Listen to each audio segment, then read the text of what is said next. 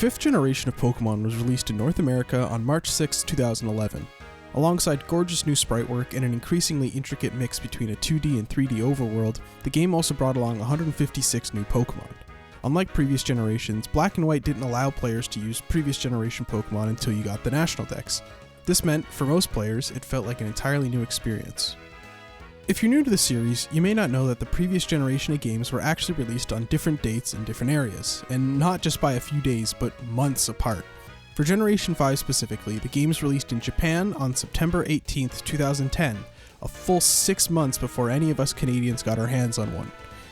Well, most Canadians. Around November of 2010, my friends and I were all eagerly awaiting for the release of Gen 5. This also happened to be around the heyday of R4 cards. For anyone that doesn't know, an R4 card is a DS cartridge that runs ROMs off of a microSD natively on the DS's hardware. Most of my friends in school had them, but I hadn't got my hands on one yet. Back then I had no idea how these worked, nor how to get them and set them up myself. However, luckily for me, my dad knew someone at work who did. One day, my dad picked me up from school for some sort of orthodontic appointment, and on the way there he gave me a brand new R4 card.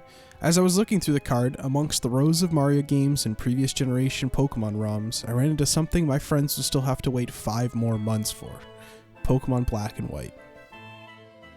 Believe it or not, as a 10-year-old Canadian, I did not speak nor read any Japanese. However, I wasn't going to let this stop me, and I started the game. I didn't know the names of the Pokemon, the characters, or towns, but it really didn't matter to me.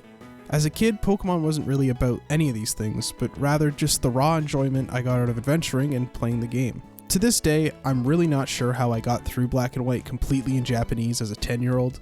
All I know is I somehow managed.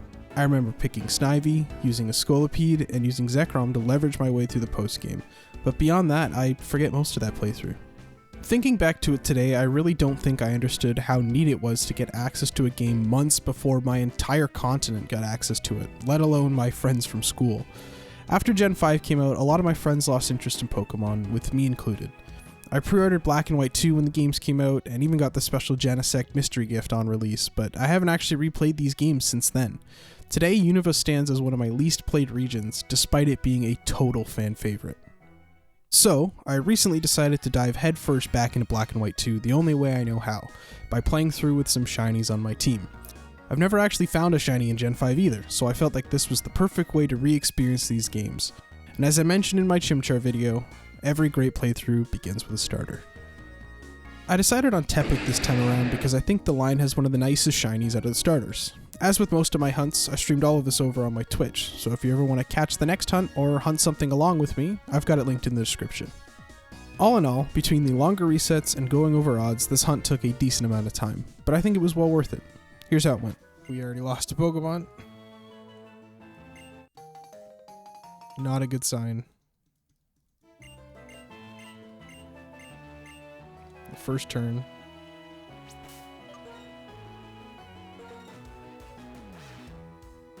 Oh, shiny Tepig! Yes! He did it! Oh my god, finally. Let's go. Okay, wait. Single. And then... I think it's this one. There he is. Yeah, that's why you always do just one more, you know? Shiny Tepig. On the one game, I didn't want it. I did not want it on the Japanese copy. Oh no, my DA. I need to continue. Okay, hang on. We're multitasking. Hang on. Oh, and it's the game with audio. Let's go. All right, do we have any nature guesses? Actually, it was just on screen, but I assume no one translated it. I guess naive. Ah, no. I'm changing it up today. I guess bold. Gilgamesh guesses brave. Wubai guesses impish. Silverfish guesses lonely. I guess bold. Let's see. Anyone want to do some translating? Anyone speak Japanese? Let's try it. Let's see what my phone can do. Gentle, it says. It says gentle. I win. Don't look it up. Oh, okay. I believe you. All right, let's go check it out in battle. I've never played through the intro of this game. Oh, actually, I have, but not for a long time. Okay, so this fella is talking to us. I'm not quite sure what he's saying, but I'm sure it's important. It's not gentle according to the table. Oh, well, I guess I'll have to look after. My phone says gentle. What does the table say? Says calm in ChatGPT. Honest mistake. Okay, what are they talking about here? Oh, okay. Seems we're in a battle. Okay, Hugh here wants to battle. He sends out his regular Oshawott, and here is my shiny Tepig. Oh, beautiful. I'm so happy. Good job, team. All right, let's put in the work here. We win these. We win these all day, all night. We will not lose like the Chimchar video. That was embarrassing. It'll never happen again. I refuse to let it happen again. Oh, that Oshawott didn't stand a chance. Just a systematic breakdown of that Pokemon. I literally just got it. Literally just got it. Holy crap. Did you guys see that Poltegeist just disappear? That was insane. Okay, so I assume she's telling me about the Pokemon Center. Never been there. Okay, I've been given something. I really wish it was not on the Japanese game. I really, really wish it wasn't. I have not played these games since release. I have no idea how I'm going to play through it. I could always transfer the file to an English one, I guess. I'm pretty sure you can just do that. No problem. Great work, team. McDonald's for everybody. Once finding this guy, I made the executive decision to transfer the Japanese save file onto an English cart.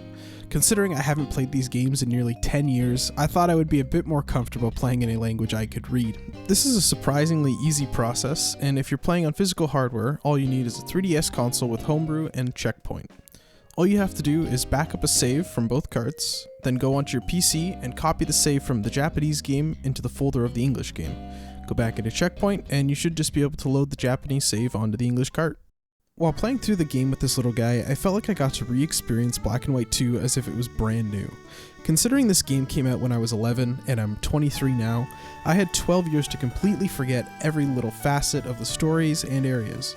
Through this hunt, not only did I get my first Gen 5 shiny, and a great one at that, but I also got to experience White 2 the same way I did as a kid, treating it like a brand new game with hours of content to go through and secrets to find.